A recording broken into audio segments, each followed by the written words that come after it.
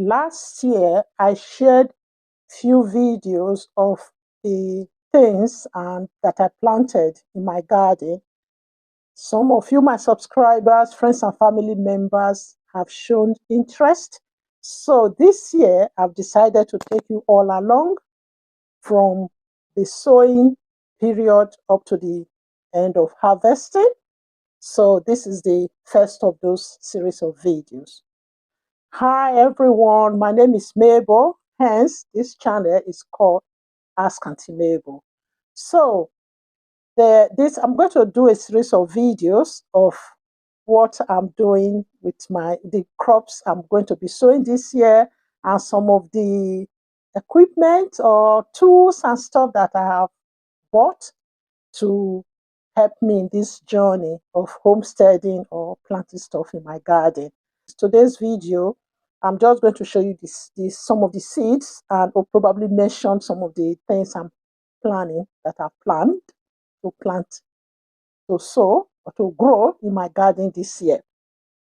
I'm new to this as well, so it's going to be a learning curve for me, and it's going to be, I hope you come alongside with me. I also learn along the way. Right, first things first, I'm going to show you the seeds. Some of the seeds are already here, and I plan to buy some. And some of the things, some of the things today. This video will show you the things I've planted in February. Even if this video, or you are watching this video, even if I posted this video end of February, if I posted this video end of February or first week of March, these are things you can see sow, and or you can see start sowing that period, or if you are watching this video slightly later. So some of these things, they are try and error for me. So I'm just hoping for the best. Obviously, if whatever they are commits, it will be a learning curve for all of us. So first thing first, I've got a jar of seeds here.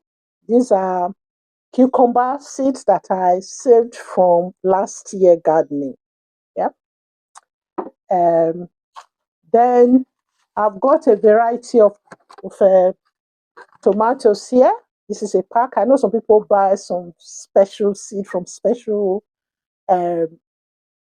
seed companies. As I'm just trying, I just want to make sure I get things done. So yeah, I'm going to learn along the way. Probably next year I'll see what grows best for me. So yeah, this pack of tomato, yeah, turn it upside down. This pack of tomato seedling, there's collection of so many of them. So there's very many of them here. So I'll probably put the names in on the screen when I'm doing them. There's honey maker. I'm not going to name all of them because there are some of them I might not even be able to pronounce the name. There's that one. There's Roman. There's Tiny Tim. There's that one. There's St. Perry. There's Oxheart. There's Orange Queen. There's green zebra. Then there is golden cherry, black cherry, black cremia,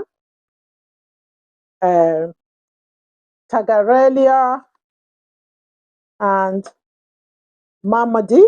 Some of them, if I didn't pronounce the name properly, I just wanted to rush through those ones. So I just want to try different variety of tomatoes. That's one of the things I really want to grow. I actually want to have a lot of salad tomatoes, or tomatoes, or whatever, whichever we choose to call it. Then there's leek, and there's a multi-pack here of seeds as well.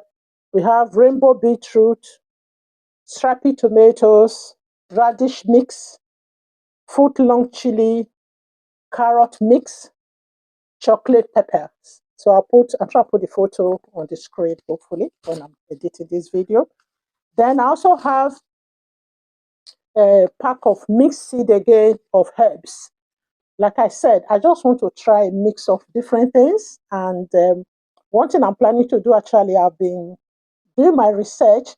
I'm trying to have mixed beds of things. I want to have mixture of plantings. Like when I was growing up as a farmer's daughter, we used to do mixed cropping, and I studied agriculture as well. those days in secondary school in Nigeria. So yeah, so I want to try that method of mixing things in my bed and try to make them as colorful as possible. So yeah, I have a bag of mixed herbs here. I have thyme, basil, rocket, which is so I'm looking forward to that rocket salad. Mixed herbs, there chives, Italian mix, Italian leaf mix. That look at that salad leaves here. So I'm really looking forward to that. This is just lettuce on its own. So then I've got courgette. That's another favorite vegetable of mine. Then I have two flowers. I have marigold and I have nasturtium. Nasturtium. This is one of my favorite vegetable flowers. Sammy, my daughter, when she was very little, she brought this seed home from nursery many years ago.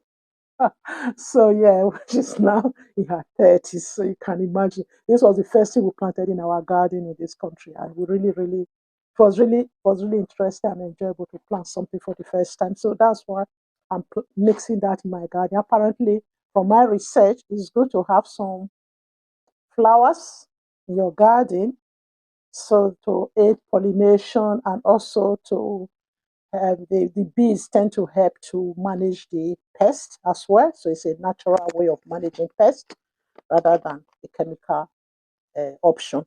So yeah, those are all the things. I'm going to be planting some of this today. Then I've got some few equipment that I've got as well. I've got this Windowsill propagator. I hope you guys can see here. Windowsill propagator. So I'm going to be using this to uh, plant some of my seed indoors now. Right, we've got our compost mix here. So I'm going to fill the trays, then plant our seeds. These are the radish. So I'm going to just put some of it in my hand. Then just spread them out like that. These are tiny. Carrot seeds are so tiny. So I'm just going to sprinkle it there like that. Then I'm just going to sprinkle on top of it lightly the soil. I'm just sprinkling the soil on top of it lightly.